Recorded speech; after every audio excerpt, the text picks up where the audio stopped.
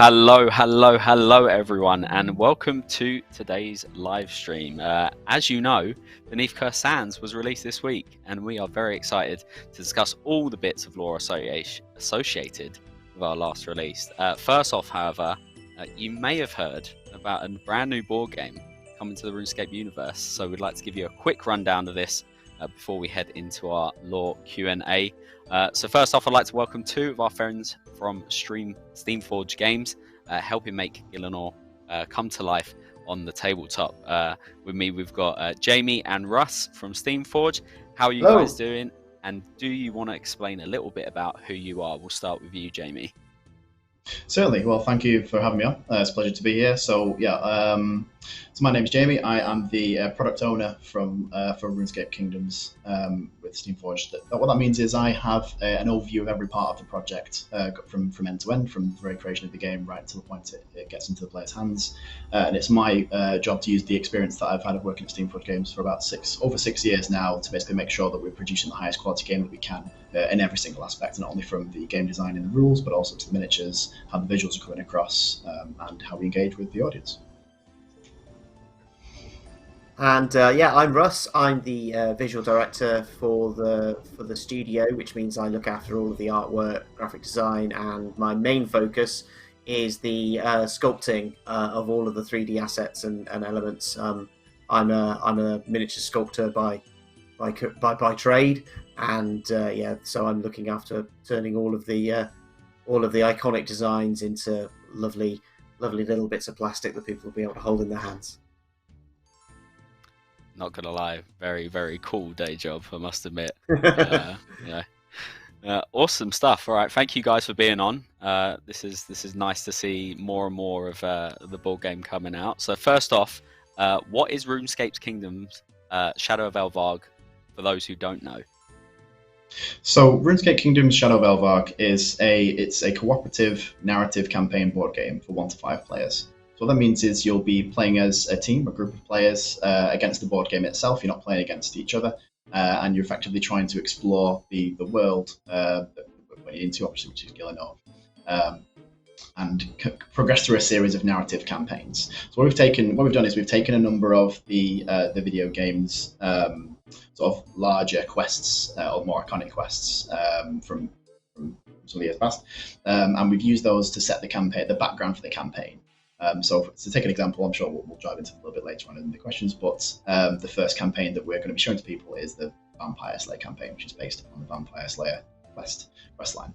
And you play through that as a group. You've got a lot of other things going on as well. It's intended to be very much of an open world game, so you can experience a lot to do in terms of skilling your characters, as you'd imagine, collecting equipment, crafting gear, interacting with the characters and the NPCs of the world, exploring locations and seeing what other random little things happen along your way, as they often do.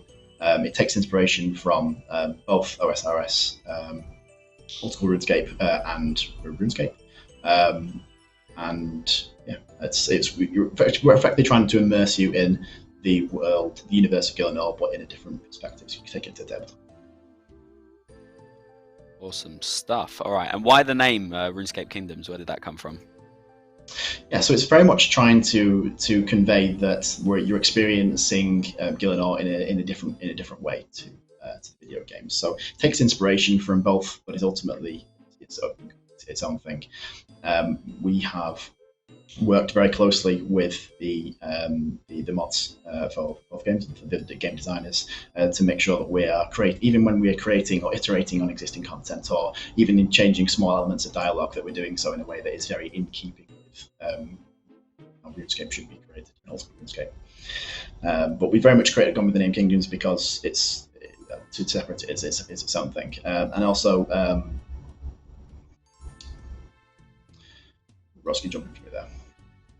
Yeah, so one of the big things that I've been doing working with the art team is trying to get this idea of immersing people in that world and sort of capturing a flavour of Gielinor that is unique to a board game experience. So it's not just about recreating the sensation of playing RuneScape, it's also about creating the idea that you are steeped in the world itself, and I think that is kind of reflective in the way that we're moving with the whole identity of the game.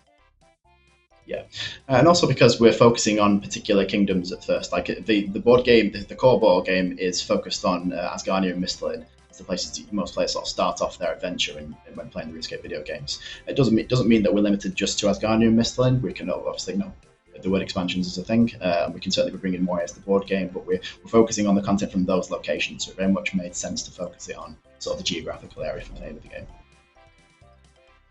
Yeah, I think wise thing to have the most iconic areas in the game start off. So I believe we've got some images to show.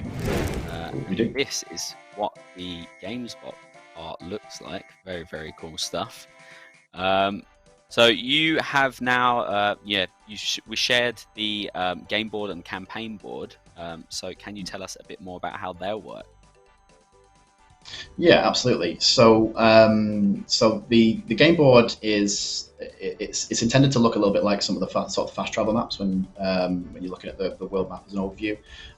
When you'll get to see this a lot more closely as you sort of have a look at the start page sector, and you'll get a really good look at this. We've actually created this as a brand new piece of concept art, and it's a new example of how we can look at the world map, part of the world map for Gillenor in RuneScape Kingdoms. Now, I mentioned earlier that this is very much centered on Asgardia and Mistlin, so you should see a lot of the places you recognize, Lumbridge, Berthorpe, Varrock, all those, Wizard's Tower, everything big and small. And you should hopefully, if you take a look at the background, you should see some things that are recognizable to you, hopefully from the sort of the visuals and the shapes that you can see in the background of the map there.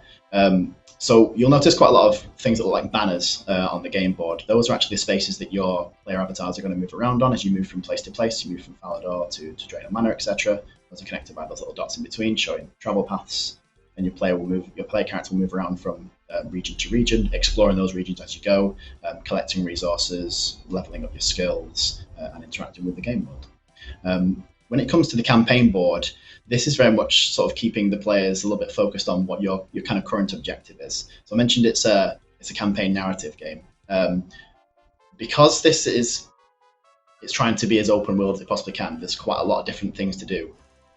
This gives you a little bit of focus of what should we be doing to get on with sort of progressing the main game, if we decide to interact with it at a given time. So this will tell you what objective you got to complete next. Your first one there, for example, as you probably familiar with Vampire Slayer Quest, you're going to speak to Morgan first. Once you've spoken to Morgan, you'll go and speak to Dr. Harlow, and it tells you all the steps you need to complete to tick those objectives off. And as you get down towards the end of the campaign board, you'll eventually be collecting the elements you need to fight Count Draenor, and then there's the boss battle with Count Draenor himself. Once you've completed all these elements of the campaign board, your campaign is complete. You're actually on to the next one. I keep coming back to the term campaign board game because this isn't you've completed the campaign and your game is done, you have to reset with brand new characters. You actually take your existing character with you into the next campaign. All the skills you've acquired, all the gear you've acquired, etc. goes with you straight into the next campaign, as they would do in the video games as you go from one quest to another, leveling up and going through. Awesome stuff, yeah, and I can vouch personally as someone who's tested it in the early stages. It's full of a lot of RuneScape goodness from both games, so I think players will be very happy with that. Of course, like with any good tabletop game, we will have some miniatures, and it wouldn't do Russ any justice not being here if we didn't show them off. So firstly, if we can pull up the minis, what are the Knight, Wizard, and Skiller, and how are they used in the board game? Okay, so these are the Knight, Wizard, and the Skiller are three of our avatars of an as yet unrevealed number of avatars in the game, but it is more than just those three. Now, the important thing to bear in mind is that choosing a specific avatar doesn't tie you into a specific style of play. They're very much the vehicle that you can take your own personal RuneScape Kingdoms journey on. And you're not tied into a particular play style, but it may be that you want to play in a style that reflects the miniature. So these are some of the avatars that we've created, and I'm very excited to give people an opportunity to see more of them as we go forward. We've had quite an entertaining process, sort of coming up with the stylistic direction that we wanted to take with these. And I suppose we couldn't have a tabletop mini called the Shadow of Elvarg without the main villain itself. So if we could show the Elvarg mini, what can you tell us about the background to that, and how did you go about sculpting Elvarg? Well, Elvarg's a really good example, actually, of the process that we've gone through, which is to try and evoke through the shapes that we're using and these sort of curves that end in crisp lines, trying to draw out sort of silhouettes and visual ideas that existed in people's minds when they sort of fondly think about their RuneScape gaming, and try and sort of capture those in a physical 3D form. In fact, the process that I went through with Elvarg was really interesting because I worked with the OSRS 3D model that exists in the game. And although this pose and the styling might look very unique and very contemporary, this is actually built like physically on top and in a neutral pose. This sits perfectly in the physical volume and silhouette of the old school miniature, old school game model. So it kind of like captures all of that silhouette and flavor, and then we get this opportunity to then sort of run with that and turn all of the dials up to 11 to try and create something that feels really unique and captures the flavor of the game we're trying to create. It's a really entertaining process, and we've had a lot of fun working with the team there, sort of getting this vibe exactly the way we want it to be. Honestly, they're great minis for the ones we've seen so far. Some yet to be revealed, so you guys can look forward to that. So as we've just announced, actually, that the Kickstarter campaign starts on the 31st of May, and that will run for 10 days. So why does Steamforged use Kickstarter? So we use Kickstarter mainly because of its engagement with the audience. We really love to know what the audience thinks about the game that we're putting out there, and we very intentionally come to Kickstarter with games that are mostly but not quite finished. We very intentionally want to show you which way the game is heading, how it's going to play, give you the broad sweeps, show you a lot of the details and how we want the game's visual style to be. But we'd love to have the interaction with our fans to know what else can we do with this game? Like, how do you actually love the visuals that we've put forward here? Do you like the particular image that we've got on the cards and how the miniatures look, how the gameplay works? And we've left ourselves that little bit of wiggle space post to the Kickstarter to sort of make small tweaks and make small improvements to the game. Perhaps there's a piece of content that the fans absolutely really would love to see in the game and they haven't seen it at the Kickstarter. So maybe that we've got that little bit of time to make sure we get that content in there so we can really put the best game forward that we possibly can. So it's that's been so valuable in the past, and it's really exciting to be able to do that with a fan base as enthused and engaged as the RuneScape fan base. Yeah, our players, especially over on Old School, are definitely not shy to knowing what they think. It's very valuable for us as a team, so I'm sure it will be for you guys. So where do we go from here? What happens next in terms of the board game? So from here, you'll be seeing basically a lot more messaging from us as we move sort of towards the Kickstarter. You'll be seeing, I think, as we've done with these miniatures and with the box art, etc. You've seen those from us on blogs. I think it's on every Tuesday, so we'll be dropping blogs with new information, new visuals to see, new game mechanics every Tuesday from here on in. The next best thing that you can do to get involved with that is make sure you're looking out for those blogs. You can also go on to the notify me element of the Kickstarter and actually sign up to hear about when the Kickstarter opens up. You'll get all those emails straight to your inbox, which I think includes most of the blogs we're going to be putting out as well. And I think you're also going to be seeing us on a couple more of these streams as we get close to the Kickstarter campaign as well. Maybe not necessarily myself and Russ, but hearing from myself and Russ and some other members of our team to tell you about other elements of the game. You certainly will. Yeah, we will have some gameplay footage for you coming up soon, so keep an eye out for that. We'll have more details coming soon.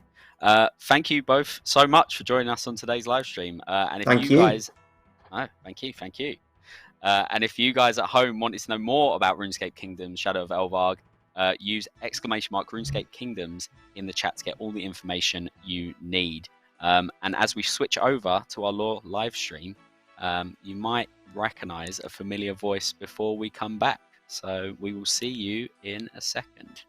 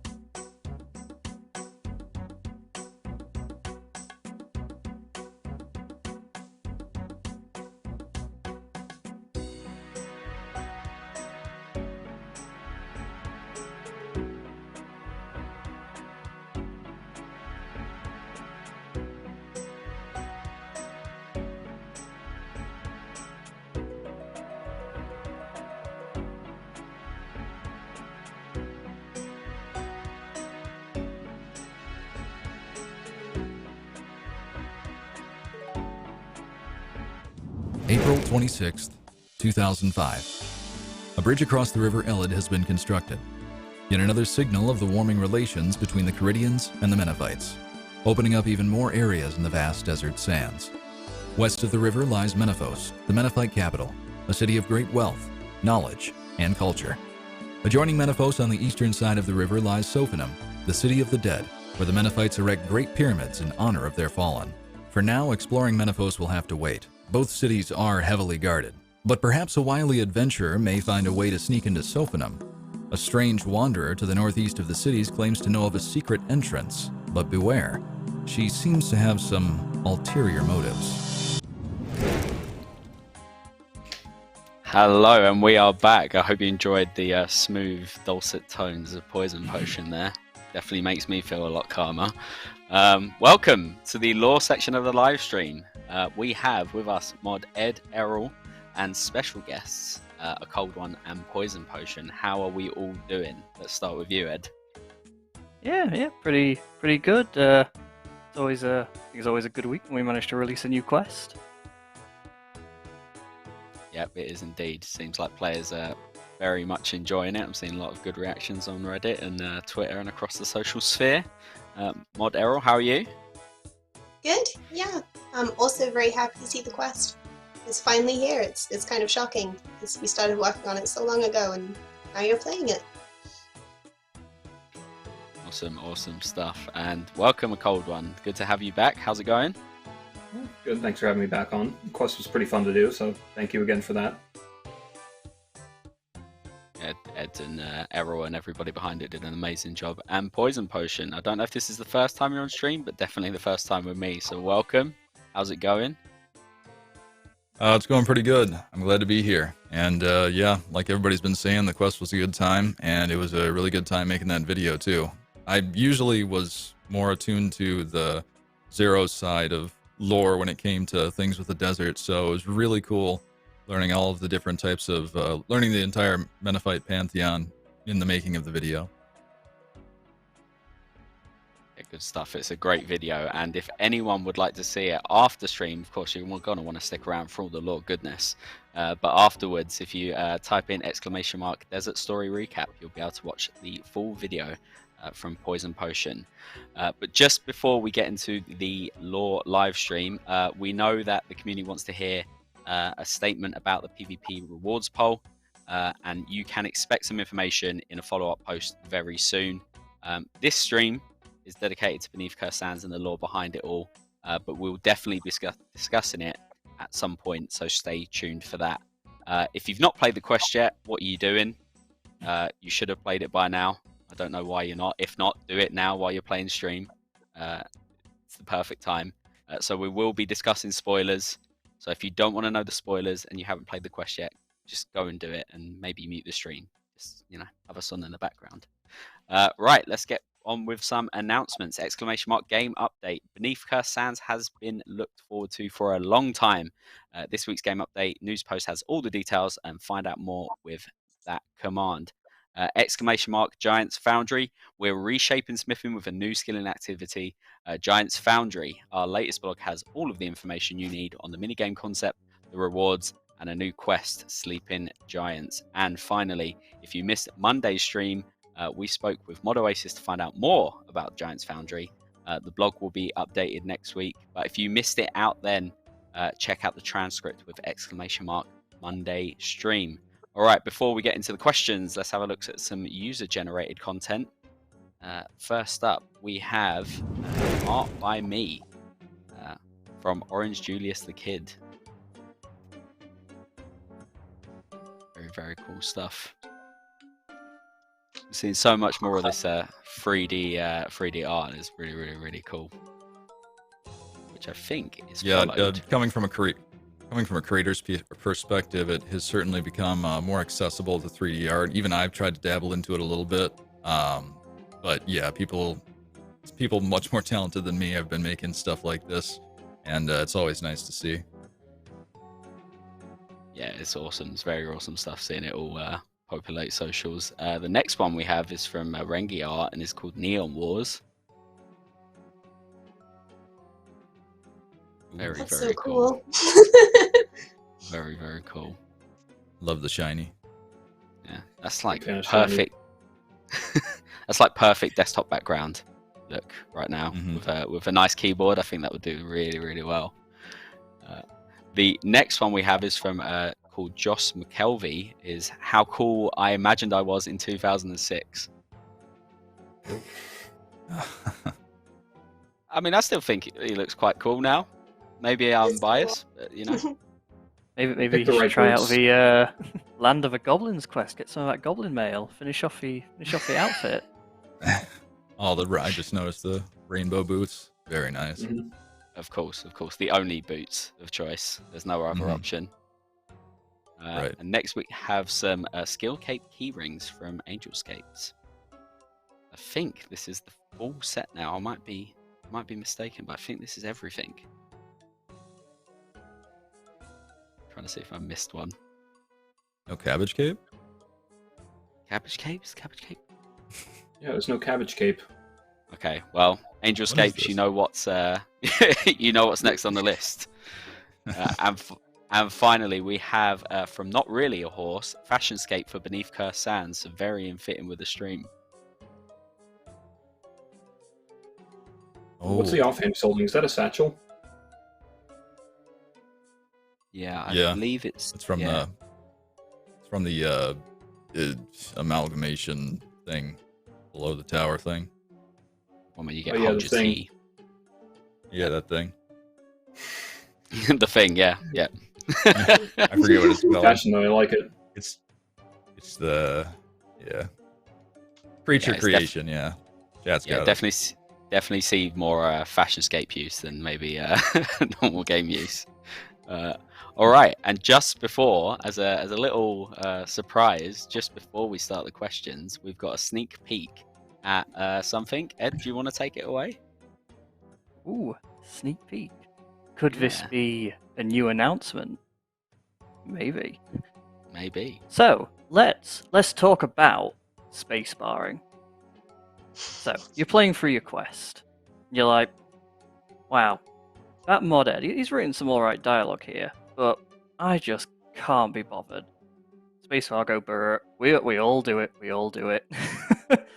But imagine if Jagex made an official spacebar in game mode. Shall we have a look at the first image? I think we So, should. I think we first talked about this maybe 2 years ago. It was an ideation project, so just something that a few of us are working on in our free time. The idea of these worlds where you can go and play through quests basically as many times as you want. You could do it for fun, if that's the kind of thing you like doing. Or maybe you care about a bit of competition. And basically the way this would work is this would be official quest speedrunning. So you would be able to, while playing through these quests, keep track of how long it's taking you, try and set some best times. And as we can see here, the person who did this, they did Cook Assistant in quite a reasonable, in 2 minutes, not bad, not bad. And they unlocked some trophies, so shall we hop over to the next image? Oh no, we're in the wrong order. Oh no! Oh no! Let's just pretend that didn't happen. There we Yeah. go. So, trophies. So with Oh, each wow. quest that's available for speedrunning, there'd be 4 different trophies. And basically the goal would be to try and complete the quest as possible, get some trophies. Doing so would unlock you some speedrun points. You can see them there on the left-hand side. And earn as many speedrun points as possible. And this is something that, as mentioned, started in ideation, but we are now looking to make official and hopefully actually bring to the game at some point. There'll be a bit more information on it in the Gazette that's coming out very soon. Is that tomorrow, the Gazette? We Maybe? shall see, Ed. We shall see. Oh, have I? It's shouldn't definitely have said coming anything, soon. should I? It's It's coming definitely coming soon. Soon, TM. There's a Gazette with a bit more information, but yeah, for now, a little sneak peek at some quest speedrunning, or like I say, official space barring. And I guess we hop back to the second image now to sort of like finish it off as a little look at someone mid-cook assistant speedrun. Yeah, it's good. It's good. It's been quite exciting because, yeah, as we know, this was mentioned, I think, a few months ago, and I know that the idea has been floating around the team for a while, but it's nice to see it in like an actual physical format, which is really, really nice. So yes, we will have more information in the Gazette coming soon, TM. So stay tuned for that. Right, now we might as well get on to the questions, lore questions, which is the reason why a lot of us are here. So, Beneath Cursed Sands questions, let's go. First off, welcome everyone. Let's start this off with your reactions. First of all, what did you think about the quest? We'll go poison potion and a cold one. In that order. All right. Well, as far as the new quest is concerned, I think that there was some interesting things revealed about it. One of them being the fact that Tumeken was actually dead, or dead, quote unquote. I didn't think that was something that had been revealed yet. And the fact that most of his powers were, transported into the lesser gods, of which, the Amascut is trying to now take control of them. So that was an interesting development. And yeah, I'm curious to see just how that plays out. Obviously, it's going to be playing into Raids 3, as Amascut is going to potentially get those 4 lesser gods and then become super duper powerful, and then we still got to kill her. I don't know. What do you think, Cold One? I like the reveal at the start, how the Wanderer that just kind of possesses your mind was just revealed to be Amascut, like right off the get-go.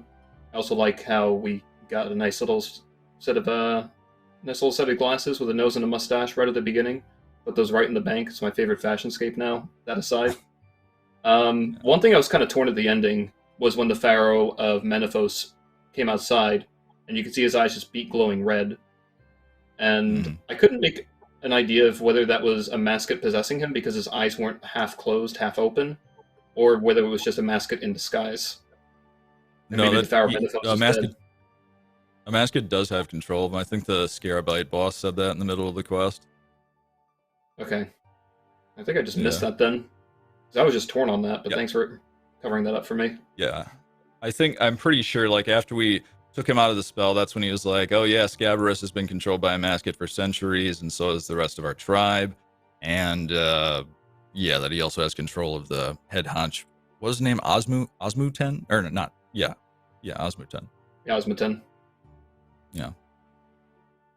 Awesome. All right, glad to hear you guys enjoyed the quest. Errol, how do you think it went down? I actually haven't played the quest yet. Because I was play it on my group Ironman, and I didn't get my group Ironman high enough level to do contact. But from reading it, I thought it was great. Absolutely no bias there. No bias at all, and I'm sure we don't have any bias from Ed. How do you think it went? I say shame. I also haven't played it on my personal account yet. A little confession from me. I spend more time looking at these quests than most. Play through it about 1,000 times in development. So on my personal account, I do actually spacebar through every single one of my quests. I go through them as fast as possible. But it's just practicing for speedrunning. That's all it is. Exactly. No, it's been really good to get something in people's hands. Like, it's our first time doing something with I was gonna say desert storyline, but to be honest, like, pretty much our first time doing something with desert nearing a full stop. Like, in any regards, we've not really done much there at all. It has been quite literally a desert of content. So it's been really fun to like finally get something out there, see people enjoying it. It's already fun sort of seeing people start to speculate and stuff like that. One of the nice things about this one is that so often we release a quest, it's like, oh, when will the next one be? Like maybe a year away, maybe 2 years away. But this, at least some parts of the story, we're going to get to follow on fairly quickly with Tombs of Amascut in just a few months' time. So yeah, it's going to be really fun to see all that come together. Yes, very exciting. For those of you who have missed it or don't know, you will need to do this quest to access Tombs of Amascut. So if you want to do the raid, make sure you go and do the quest beforehand. Right, a huge talking point, Ed, just before we move on to more questions, we've recently seen is the puzzle section. Guess it's worth asking, how did you find the puzzle section of the quest, a cold one, and Poison Potion? Did anyone else struggle with it here? Not really, no. Like, it was kind of similar to the one we had Dragon Slayer 2, where you're in the basement of the Zaya crypts. So I just immediately looked at like the talking points in like the main paragraph that you find on the wall. Just reviewed all the stories on the side, so I kind of just knew where to put them after a few minutes. So it wasn't like too difficult. You just had to do a little bit of reading. Yeah, so I read all the plaques and everything, but I'm just so terrible with riddles like that. Like I lose track of who, or I'll read the whole thing and then I'll lose track of one thing and then mess it up again and again. It took me about 4 tries, I think, to finally get it. What was messing me up was the wine and the necklace, and I was thinking, okay, who would be attributed to the wine? And I was thinking, well, let's see, Krondis was, well, she's the god of not companionship. Well, she used to be the god of physical pleasures. So I was like, okay, maybe the wine is going to her then. But no, that was actually Het because of health and stuff. So I was getting a little mixed up on that. All right, interesting, very interesting. Ed, do you want to talk about the hotfix? we did make a little hotfix to the puzzle. Nothing too much, but yeah. Normally when we release a new quest, it's generally the bosses that are sort of like the sticking points. Everyone gets stuck, but this time we did have quite a lot of people get stuck on the puzzle. There was a lot of stuff on Reddit of people, threads of I'll give someone a bond, please just solve my puzzles. It's like, oh, maybe we made it a little bit too hard. So yeah, we did do a hotfix just to add a little bit more text. The thing about puzzles is there's a lot of puzzles in our game that hopefully are quite fun. There's quite a few puzzles in our game, not so much. And puzzles aren't for everyone. For some people, you're going to come to a puzzle and you're just like, I am not having a good time right now. And to a certain extent, that's fine. Like, not all content is made for all people, but the frustration always should come from, like, is it hard? Not, is it confusing? And I think maybe this one was a little bit too confusing. Like, it wasn't overly clear what the end goal was, so we just added a bit of text to say that the goal is to work out, like, where they came from north to south, rather than anything else. Yeah, hopefully for anyone maybe playing through it who got stuck with the puzzle, had to drop off, maybe head back in and give it another crack. Yeah, it's always puzzles are always really interesting ones, sort of see how people approach them. And yeah, some people have like breezed through it, just like 5 seconds, like, oh yeah, there, no problem. Other people, it's been really challenging. My personal favorite though was the must have been some sort of stream of favoritism going on when Pure Spam just walked into the room, put these 4 emblems into 4 random urns and just walked straight through the door. It's like, oh yeah, fair enough. Like, didn't even look, you didn't even read half the text or anything like that. Just walked straight through first time. Yeah. That was a little confusing with because some of the text was saying, oh, this person got here third, or this person got here second, but then this person came from the north, and then this person came from the south. And I'm thinking, okay, well then, does it matter who comes first or second, or does it just matter the direction? Yeah, it was making my head hurt. Yeah, I remember being in that call. That was like oh, okay, that sort of happened moment. It was it was quite good. But yeah, there is a little bit extra for you guys to that haven't done the puzzle yet. So good luck with that. Right, let's get on to some player asked questions. So the first one we have is from Iluko. Will we be diving closer to Osmans Ancestry at any point, or is that aspect of his character changing for old school as we drift into a new narrative storyline for him? So, I guess for anyone not aware, like, Osmans Ancestry is quite an important plot point in the storyline in RuneScape 3. They have quite a few more quests in the Desert story than us. But as for us, like, it's always, I guess it's not something about Osman, but it's sort of about, like, when we do quests in general that have kind of equivalents in RuneScape. It's always trying to sort of, like, strike that balance between, staying true to what the storyline is, being respectful of, like, what the original creator intended, stuff like that, but also adding an old school spin, an old school twist onto it. And, like, hopefully that's come across in, like, the quests we've done before, like Song of the Elves, Sins of Father, and now Beneath Cursed Sands, but, like, there's a few things, like, I think the equivalent in RuneScape is dealing with Scabarus. Like, you play dealing with Scabarus in RuneScape, then play Beneath Cursed Sands. There's a few similarities. We're going to the ruins again. We're dealing with some Scabarites, but And also there's a lot of new stuff as well, like RuneScape didn't really touch the Plague in Sophanum again after Icthlarin's little helper. We were really keen to delve into stuff like that a bit more. And obviously the tombs themselves, the raid that's coming up is obviously completely unique to old school. So a nice blend of existing stuff and new stuff. That's not answered the question even remotely. So let's get back to that. There's a couple of little things in this quest, sort of that go along those same lines of how the stuff with Osmans Ancestry went in RuneScape. There's a new character introduced who sort of has some ties to stuff they did there.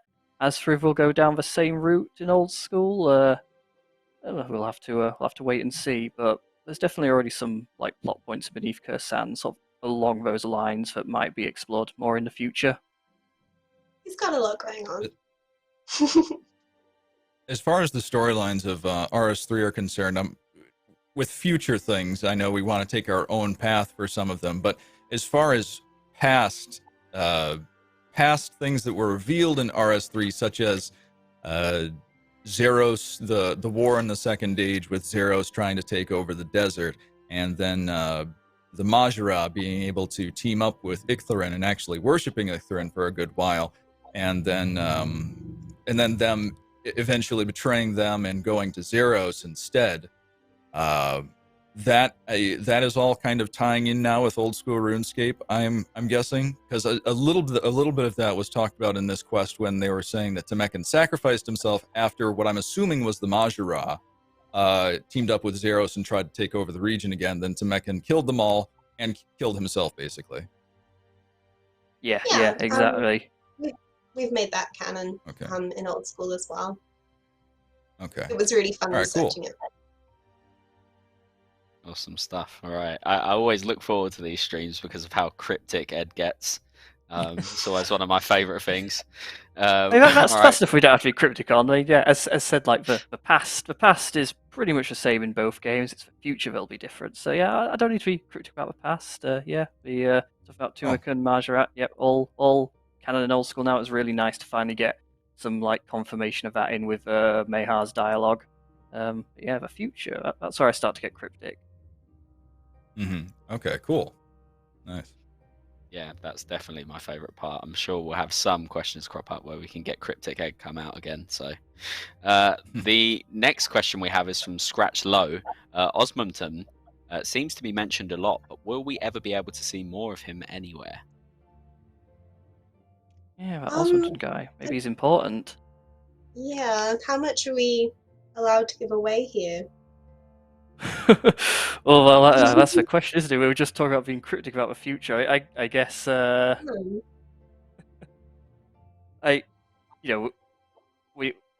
we name drop characters, it's generally for a good reason. The tomb in that necropolis that we've added to the south of Sophanum, that's Osmumtem's tomb. That is going to be the location of the raid, the Tombs of Amascut. As Spinewielder, one of the wiki guys, pointed out to me that Tombs of Amascut in Osmumtem's tomb, I think the name might be a bit wrong there, but yes, it's his tomb that the raid will take place in. So you'd expect that going into his tomb, you're going to learn a bit more about his character. Interesting stuff. Okay. All right. So this next question, I don't have a name attached to it, but I'm going to open it up to the floor. And I actually disagree with the first bit of this, but I'll read it anyway. Not many players are very invested in old school's lore. What was it that got you, and I'm opening this up to everyone, into the game's lore? Have you noticed any shifts in your communities with people attitudes towards the game's lore? So a cold one. We'll start with you. If I've seen shifts with interest in lore in my community, hardly at all. I think everyone's kind of made up their mind whether they're a spacebar kind of player or a fiction enjoyer kind of player. As far as what got me into the game's lore, I don't know, it's just a natural thing. Like with almost any game I play, I'm interested in the story, like why the game is there in the first place. Naturally, for something like Mario Brothers, there isn't really one. The princess gets kidnapped. That's about it. There isn't really any backstory as to why Bowser keeps stealing Peach. But then games like The Legend of Zelda, you find out a bit of history in it if you explore some things in certain games, much like Breath of the Wild, the little bits I played of it. Don't spoil everything for me yet, by the way. I've still yet to do a full playthrough of that game. But you do get interested into the story. Like, you want to find out like why it's here, and fiction's kind of fun. It is. Oh, okay. We might have to have a chat about Legend of Zelda stuff after the stream, the cold one, because I'm definitely your guy. All right. PoisonedPotion, what about you? I think what got me into lore had to have been the lore behind Zaros and also the lore of how Guthix ascended to godhood. And I've never played RS3, but I do know a bit of because there's some things in old school that just currently aren't in, that the lore isn't there in old school yet, but it's more delved upon in RS3. And I actually really got invested in some of the things like When World Wakes, and I actually watched lore videos on that. But the whole process of Guthix having his daughter die and basically killing a couple of gods, and him ascending to godhood because he was so upset, finding Gielinor, and then also the lore behind Zaros and Saren, how they were children of Ma, and how Ma was one of the weakest elder gods, and how she basically lost her mind, and Saren tried to help her, but it was pretty much futile and ended up having to kill her eventually. Sorry, this is going into a lot of stuff that has not been talked about at all in old school, but I just find it extremely interesting, and it's just the history of a lot of it makes me want to learn more. Awesome stuff. Do you feel like your community is in a similar boat to you? I think there's a good portion of my community that really likes lore stuff. I remember when I was doing some of my marathon streams, I would just put on a long lore playlist that would play for 10 hours while I was sleeping, and yeah, it was would wake up and they were like, "No, PP, it's getting to a good part. Please go back to sleep." So they like their lore. I was going to say, I suppose that's the sort of positive, but okay, yeah. Mm-hmm. All right. We've got a couple of questions from the Duck Chris coming up. So the first one, they ask, any comments on the stated power of Amascut's desired weapons being quite similar to a certain mythical staff? See, now who's being cryptic? Certain mythical staff. Yeah, there's loads of mythical staffs. Staves. I thought it was a wand. Ooh. I mean, if the Duck Chris is in the chat, maybe they can clarify which certain mythical staff they mean. Yeah, I'm not sure the chat will have some. What do we say in the quest? In the quest, we talk about how this is the thing I have to do sometimes. I have to try and remember what we've actually already told players. Like writing dialogue for Beneath Cursed Sands and Tombs of Amascut simultaneously. Like, which one is which? So in the quest, we talk about there's two weapons that can be used to transfer power between. Oh yeah, that's the Staff of Armadyl, isn't it? So yeah, I think I'm guessing that our friend here is referring to the Staff of Armadyl, his mythical staff. I mean, it's not the Staff of Armadyl. We definitely say that much. We know where the Staff of Armadyl is. It's well, depending on how good of a person you are when you're doing the Temple of Icov quest. It's maybe still with the Guardians there, or maybe you've given it to Lucian. But definitely not hang around some pyramid. So it's not the staff, it's something else. Whether the staff had a part in making those things, who knows? And how does that tie into the bosses of the raid, the rewards of the raid, and what goes on in there? Who knows? To wait and see. But can confirm it's not the Staff of Armadyl. Can confirm that much. Yeah. I've got one question regarding the staff and the whole Temple of Icov quest. Is there a way to check which side you took? Because I genuinely don't remember which side I took on which account. I don't think there don't actually know, to be honest. The thing about a lot of those old quests is that they're just that, old quests. You'd hope that there's different dialogue of like Lucian and stuff like that, depending on which side you took. But I don't know. There's a couple of old quests which don't have that sort of thing. Well, if you choose one side, you decide to try and kill. You decide to try and kill Lucian, and if you decide to kill the other, like the people that were protecting the staff, then Lucian, you're on his side. So I don't know how that would play into it. But I mean, that's up to you whenever you continue that storyline. Yeah, I think that also Also think part of it depends on how much of a spacebar warrior you are, because I know there's a quicker route and a slower route. So. Oh, really? Yeah. I always just thought, oh, Lucian bad. I'm gonna kill him. If I'm remembering right from the quest guide, I'm pretty sure there's like an optimal route, quote unquote. Cool. All right. We have another question from the Duck Chris.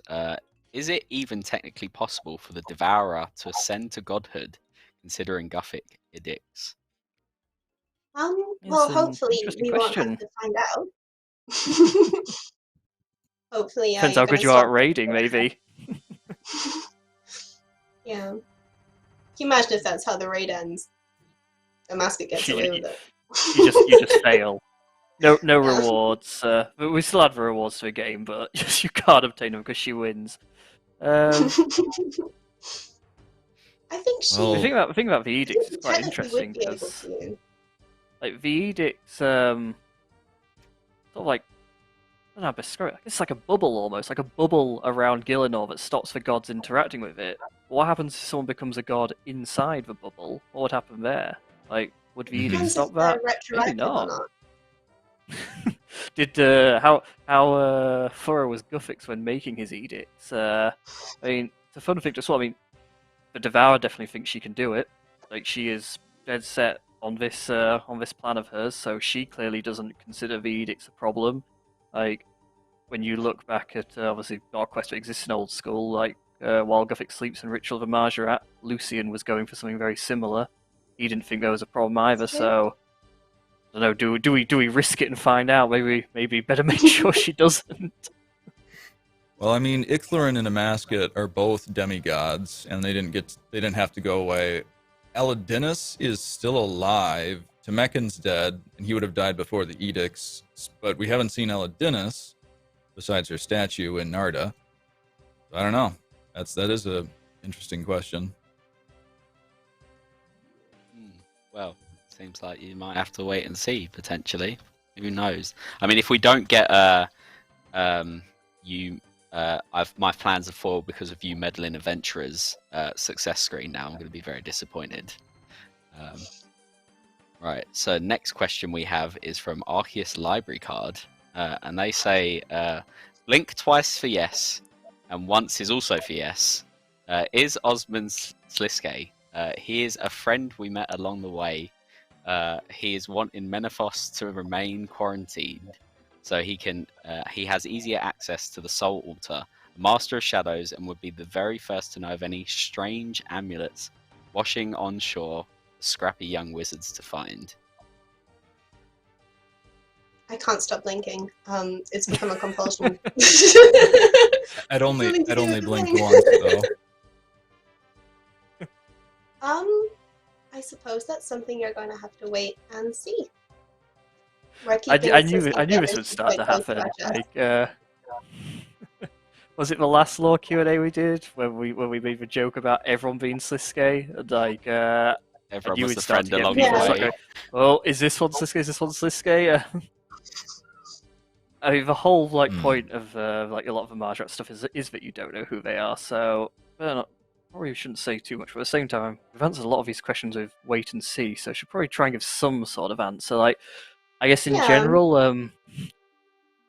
as fun as it is, the whole speculation, do be careful of thinking everyone is a Marjarat. Make sure you don't get disappointed. Like, I definitely believe that there are some Marjarat out there in disguise, some humans, maybe some quite notable humans, probably a few that we've met and don't know about yet their true identity, but it's definitely not going to be all of them.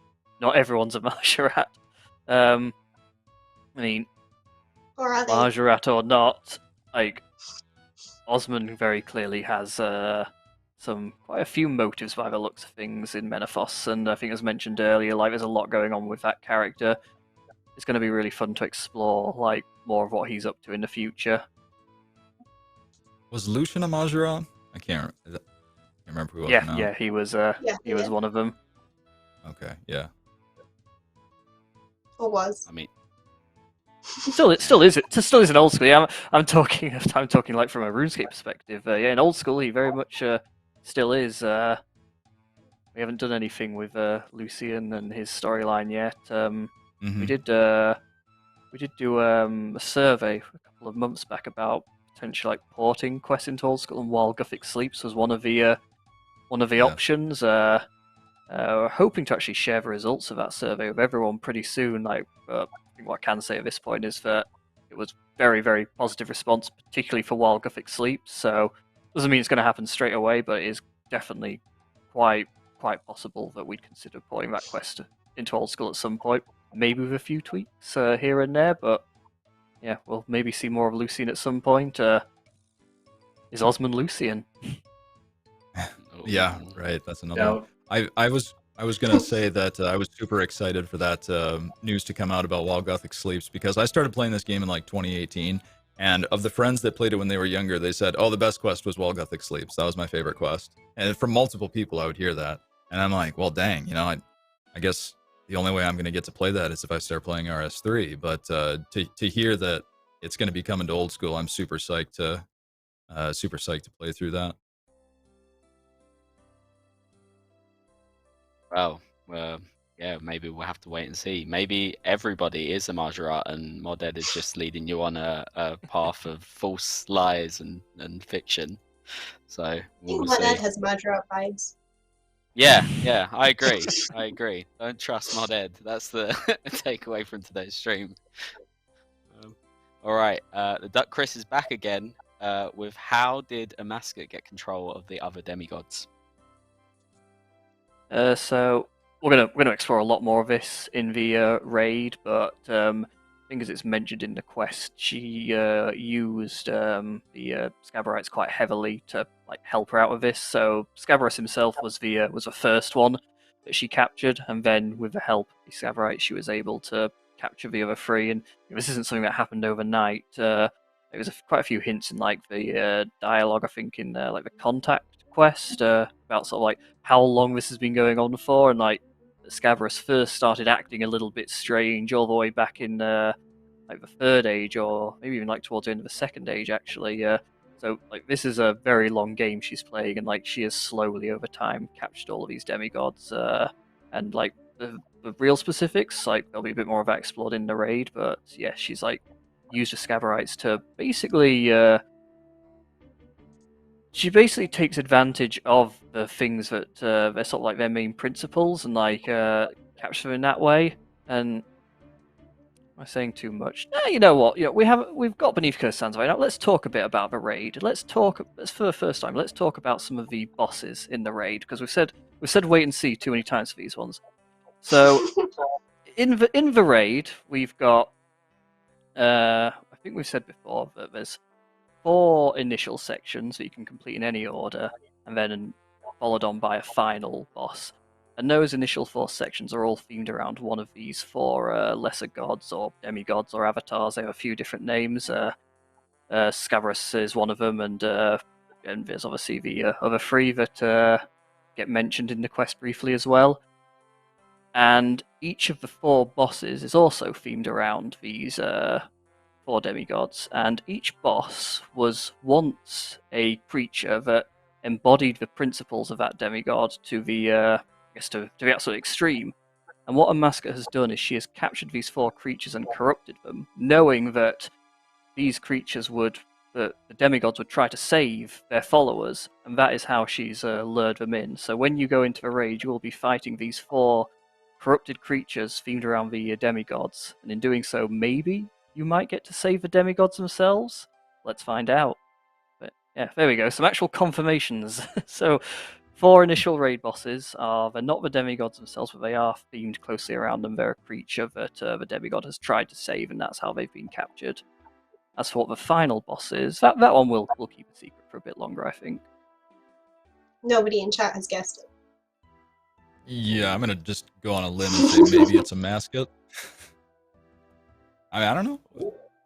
I like how Errol's been keeping tabs. Like, I'm watching you. Well, I think we have. I think we've said. I think one thing we have said. So I don't think this is a spoiler or anything. Is that the final boss? It's a twin boss. So there's 2 NPCs that you'll be fighting for the final boss. So maybe that gives. I don't know. Will that give people some more ideas to what we could be? To be honest, I don't think anyone will actually guess it, but it's fun to speculate on. It's quite a twist. More cryptic. I like it. I like it. Keep this up, please. All right, guys. I want to throw a question out to you specifically, PoisonedPotion, and a cold one. Where would you, or where do you think the story is going in terms of the desert storyline? I'll start with you, PoisonedPotion. Oh, that's a hard one, but I was thinking about, where is Icthlarin playing into all of this? I know he's super busy trying to take all the souls from the dead to the next plane or whatever, but essentially it's going to get to a point where he can't ignore this. I think that maybe in the continuation of this story, he does have a role, and perhaps he helps us out a bit in trying to stop whatever Amascut is currently trying to do. So that's my guess. And then who knows, maybe even Eladinis, if she isn't banned or barred by the edicts, also helps out. Yeah, during the quest that we did yesterday, there was almost no mention of Eladinis, but there was a lot of talk of Tumeken. There was a lot of talk of Osmumtem. Right now we see, what's her name? I keep forgetting her name, Amascut, like wandering into the pyramids. Yeah. Like she's got plans inside there, trying to go through her evil plans, become an actual god, and arise from the rank of a demigod. And I've seen concerns saying, is that even possible after what we've seen with the Gothic's edicts? So I'm a bit skeptic as to what's going on in there. I've heard Ed say that there's a twin boss at the bottom. I've seen a teaser for some of the rooms in there. Maybe it's going to be something similar to that of Twin Mold from Majora's Mask, because one of the rooms looked like a bit from something like that game. Maybe it's going to be some desert worms. Maybe it's going to be Amascut herself, trying to arise the corpse of Tumeken or the corpse of Osmumtem, and she becomes corrupted in doing so. That'd be hilarious I have no clue where it's going to twist to. That'd be hilarious if she ascended to godhood, and then all of a sudden, because of the edict, she just gets yeeted off of Gilinar. Well, problem solved. I can just imagine a sort of Team Rocket ejection scene from Pokemon. Just see ya, Amascut. Right. Cool. We've got a couple of just general desert lore questions we'll move on to, because I know we've not got tons of time left. So Western Little asks, will we be seeing a Grandmaster quest finale in or around Menaphos to end the desert storyline? And in general, when do we see that area finally open up? You will get to go to Menaphos at some point, definitely. I don't know when. Yeah, I guess okay, so disclaimer, whenever we talk about future content, everything's open to changing. But yeah, this isn't the end of the storyline. There's going to be more quests. The fact we're already at a master means that there's going to be a Grandmaster at some point. Current plan, which again could change, is that there's 2 more quests in the storyline, and then on top of that, you do also have the raid itself with stuff going on in there that's connected to the storyline too. But yeah, beyond that, 2 more quests, a master and a Grandmaster, and it would be the first of those where Menaphos would open up, which probably makes sense. For anyone who's played Beneath Cursed Sand, you see at the end, Menaphos is pretty close to opening up, so it's not in storyline terms, it's not far off. But obviously, when we release that quest, not really too sure at the moment. To be honest, a certain amount of it will probably depend on people's feelings on things after we've released the raid. We'll have done Beneath Cursed Sands, done the raid. Will people want more desert content? Will they want us to go somewhere else? When we did Dark Maya relatively soon after Theatre of Blood, some people really enjoyed spending all that time in Mauritania, but for other people, we had a lot of feedback of, can we go somewhere else? At the time, they were asking us to go to the desert because nothing had been done there. So it could quite possibly depend on people's feedback. After the raid, will people want to see the next quest in Menaphos, or will everyone be tired of the desert for a bit and want to go somewhere else? But whenever it does happen, yeah, that's the current plan. 2 more quests. I've got one side question, if you don't mind sharing. Go for it. Maybe your thoughts or ideas. With the Grandmaster quest, are we going to be following the same theme with the other 2 Grandmaster quests in the game, where the final boss has a one-shot mechanic? That's a hardcore question right there. It's a little bit. I heard some stories yesterday before I did the quest, like, oh, I got hit for 70 damage, and like, I'm worried about that one. We do we're quite like definitely gonna do it now. one-shot mechanics. Thanks.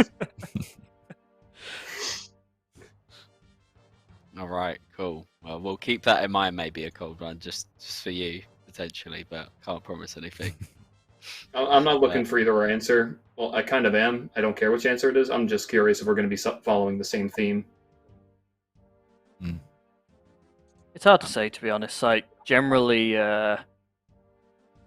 when it comes to like sort of like these planning for the future, like it's normally like the vague sort of like storyline is where it starts. Then we fill in the specifics, and often like things like actual gameplay actually often comes quite a bit later. So, like, we may know what the boss of a quest is going to be months or even years before we actually know what the mechanics will be sometimes. So, yeah, I guess the cheat answer is not being decided yet.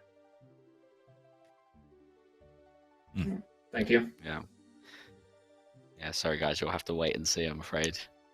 All right, Boogie the Hedgehog asks, how does Icthlarin fit with the River of Souls? The whole journey to the afterlife is, I suppose, it's a bit confusing, a bit complicated, but the way it works is that you've got Death, the Grim Reaper. He reaps the soul travels down the River of Souls. It then arrives, this is probably the most confusing bit, it then arrives at a second river, different river, the River Numenon. The soul is ferried across the river to the gates of the Grim Underworld, and that is where Icthlarin takes the souls and he guides them through the Grim Underworld until they finally reach the afterlife. I'll be honest, it's a bit complicated. I'm not the biggest fan of it myself, but yeah, that's how it goes. So you get Death, River of Souls, River Numenon, Icthlarin through the Grim Underworld, a nice, wonderful afterlife. And then Amascut was supposed to be the one that guided those souls in the afterlife to rebirth, right? Yeah.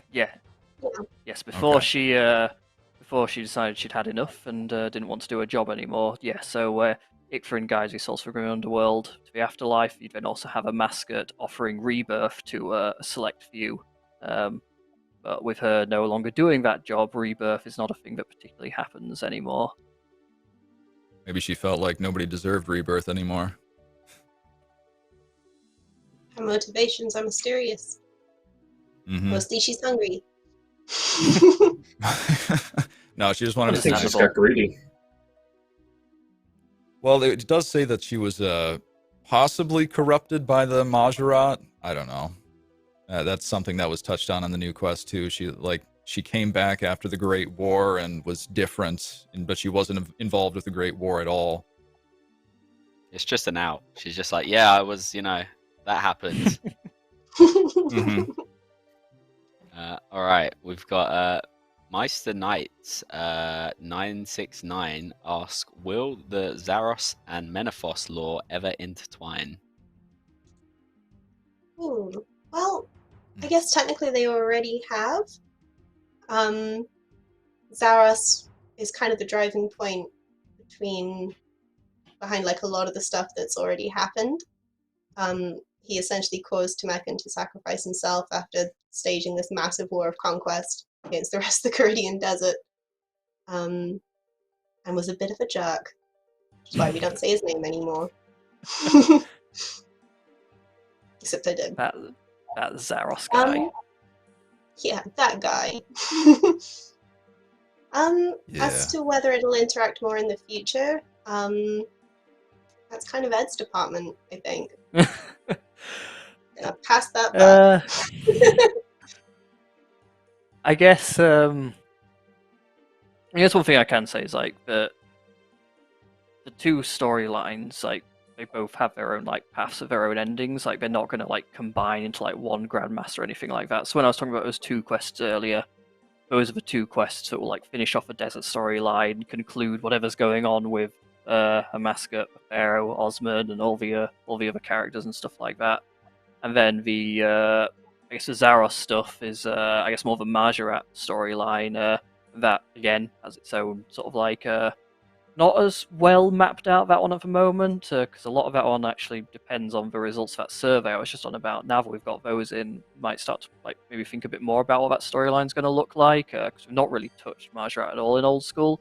But it'll be sort of like, again, it'll like have X number of quests, and then that storyline will conclude probably in a Grandmaster quest or something. So they won't like intertwine in that way, but because of as mentioned, like how much of like what's happening with the Desert storyline is like indirectly Zaros' fault. There probably will still be like little overlaps here and there, like mention stuff like that, maybe odd character hopping from one storyline to the other. That's not confirmation that Osman is Sliske before anyone asks. It's who knows. But so yeah, maybe some like little like links and like stuff like that, but they will still be their own sort of like separate storylines, their own quests and their own conclusions. Nice. All right. Definitely looking forward to that. By the way, talking about he who shall not be named, Amascut, she who shall not be named. When I was making the lore video, I tried my hardest to find Amascut named once in Old School RuneScape's dialogue. Like I looked all over. She was always referred to as the Devourer.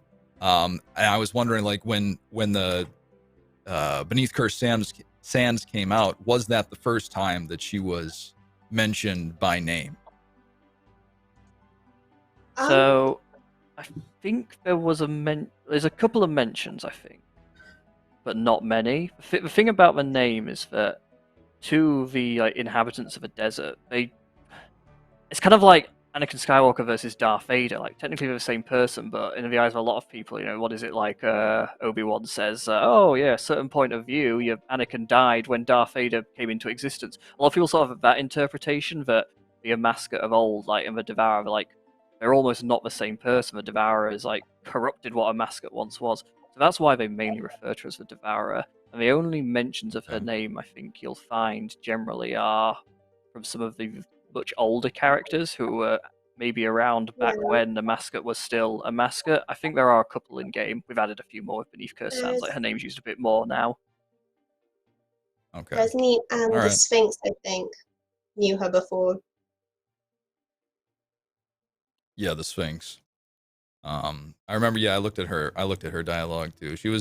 She did mention or said that she's still referred to as the Devourer, but that's when she was just like, the character said something like, well, no wonder she was messed up. She was named something like that. And she was like, oh, she had a different name before, but that person has died or whatever. That's it, yeah. I remember we did discuss this at some point because there's mention of a curse that meant that no one would ever remember her name. And at one point that wasn't true. Quite a few people remembered her name. Yeah. And so that was another thing too. That was another question too that I was gonna ask. After you talked to Neat, after Icthlarin's little helper, you got the cat speak game and talked to Neat.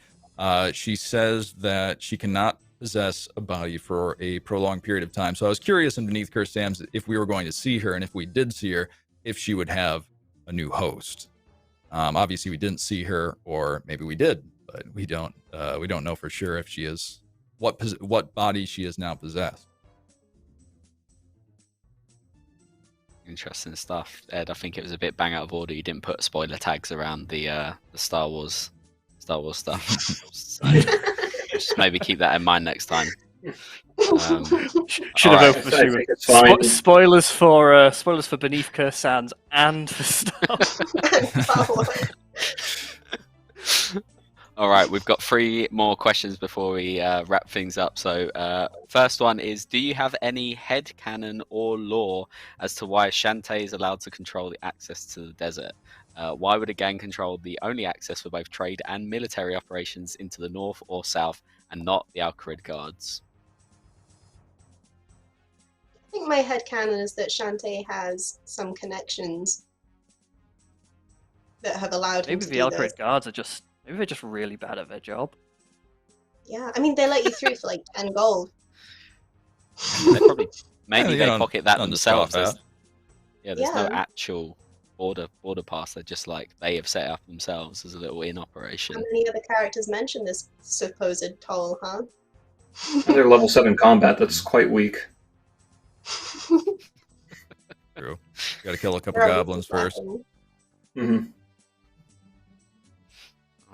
Right, Ed, any guesses to why Shantay controls that part? These conversations like always in like one or two things, like just like literally nothing of note, or we've somehow accidentally designed a whole quest around it. Like, Yeah. I don't know. I'm trying to remember like if he has does he have any interesting like dialogue about like why he's actually doing it? I can't actually remember, to be honest. I have to like dig in and see what he says. 'Cause he also has he also has that jail cell there, and if you get put in that jail cell, you can then get transferred to the Port Sarim jail cell. So maybe he's got some links to Obviously an Port official Sarim. thing. So I'm going to say that he is there in at least some official capacity, like to be Yeah. doing all I of think- that stuff. I think the obvious answer here is that he's Sliske and he's manipulating them all. He's a Is Majora. everyone just Sliske now? I think Yes. it's canon at this point. That's what Ed said earlier, right? That everyone is Sliske and everyone is a Majorat. Okay, yeah, why not? Yeah, I think I heard that. I It's can agree canon. with that. I think I heard that too. Yeah, I think we all did. Yeah. We'll play it back later. Maybe we'll have a look into the footage. If All right. it ends up on the wiki, it's canon, and then we have to change whatever we're planning. Please don't actually go and put it on the wiki, please. Please don't do that. Said by my dad. Spine Welder just messaged me. He said he's already written it up. There we go. It's done. Nice. It's done. Proud of him. Yep. All right. Next question we have is from Old Man Ostentatio. This may be a bit of a stretch, but is there any connection between Ralos, worshipped as the god of the sun in Varlamore, and Tumeken, the Menaphite Lord of Light? Ralos is thought to have originated in the giant outburst of light, and both are worshipped in the more arid regions of Gielinor.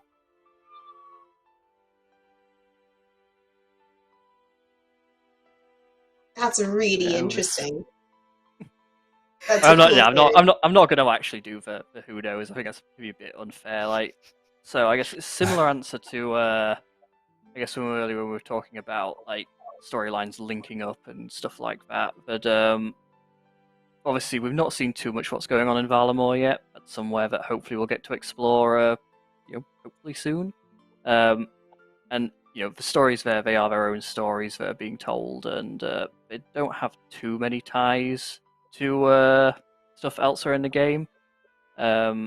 So don't expect like suddenly the desert storyline to head over to Varlamore, or maybe Varlamore stuff like linking to the desert storyline. It'd be and if where there's links, it's more gonna be like that Zarosian stuff again, like maybe the odd character hops over. There's some odd like shared history stuff like that, because there is very much shared history when it comes to at least Karen and the desert. Those two soul altars for a start. The fake soul altar is in Karen, but the real one is under Menaphos. And like obviously Amascuts links to souls, the Arceus links to souls. There is links there. So there's probably potentially like a few links in Varlamore as well, but there's not going to be like huge amounts of connections and crossover. Right, interesting. Okay, all right. We've got one final question from Euridi, and they ask how many sand pixels were added to the game. I really need to know. A lot. We're still counting them. It's Mods Brow's job specifically to count those sand pixels. So when he's done counting those, we'll get back to you. Euridi, all right. So maybe in a future lore live stream, we'll let you know. All right. Well, actually, what Mod Brow said was that when you say pixel, you're implying a texture, and we don't really use textures very much in old school, so surely that makes the answer 0. I did. Dang, I thought it'd be at least 12. I mean, you're not wrong. I didn't like that, and I think we should send Mod Brow to count each and every individual pixel we put in the sand. So There's The only way there's to some make sure. pixel conspiracy going on here. How many pixels are there? How many of them are Sliske? Who knows? and with that Sand is the bombshell, Montserrat. we're going to wrap up stream here, guys. Thank you very much to A Cold One and PoisonedPotion for being on this special lore live stream. I hope you guys have had a good time. Thanks for having me on again. It's always nice. Yeah, I was happy to be here first time. Good time. Good stuff. And thank you to Mods, Ed, and Errol for being on. Again, I hope you both had a good time. I always enjoy these lore streams. Need to find an excuse to do another one soon. That's the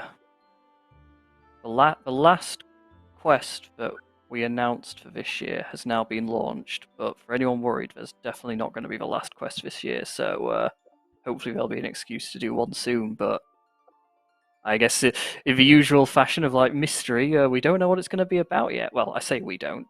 We do. Players don't. Yeah, we'll have to wait and see. Yeah, hopefully it's not too far away. Players might have some idea.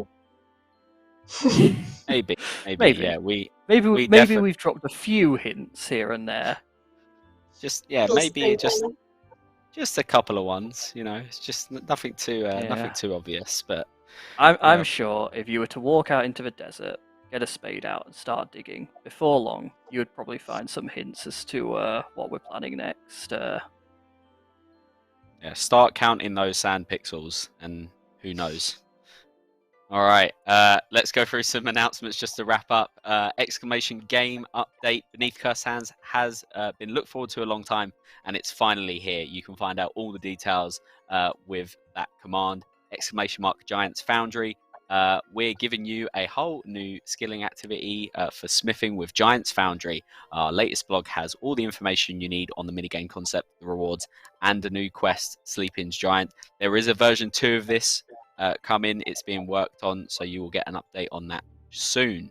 And if you want some more Giant Foundry stuff, exclamation mark Monday stream will link you to Mod Oasis and Mod Light speaking about the new content. So head over to there. And if you missed it at the start of the stream, exclamation mark RuneScape Kingdoms will give you the lowdown on everything to do with RuneScape Kingdoms, the Shadow of Elvarg board game that is going into Kickstarter on 31st of May. And finally, one of our amazing special guests here has done a great recap video for the desert storyline leading up to Beneath Cursed Sands. To go and check out the hard work PoisonedPotion has put into that with exclamation mark desert story recap. I think that's what it was. I can't find it in the script, but that's what it is. There we go. Yeah, I've just had to prove it all. Great. All right. With that said, thank you very much. If you haven't played the quest, go and do it. If you haven't watched PoisonedPotion's video, go and do that as well. Make sure to check out A Cold One and PoisonedPotion at their Twitter handles beneath their name. I've been Mods Sarnie, and I will see you in the next one. Goodbye. Doodles.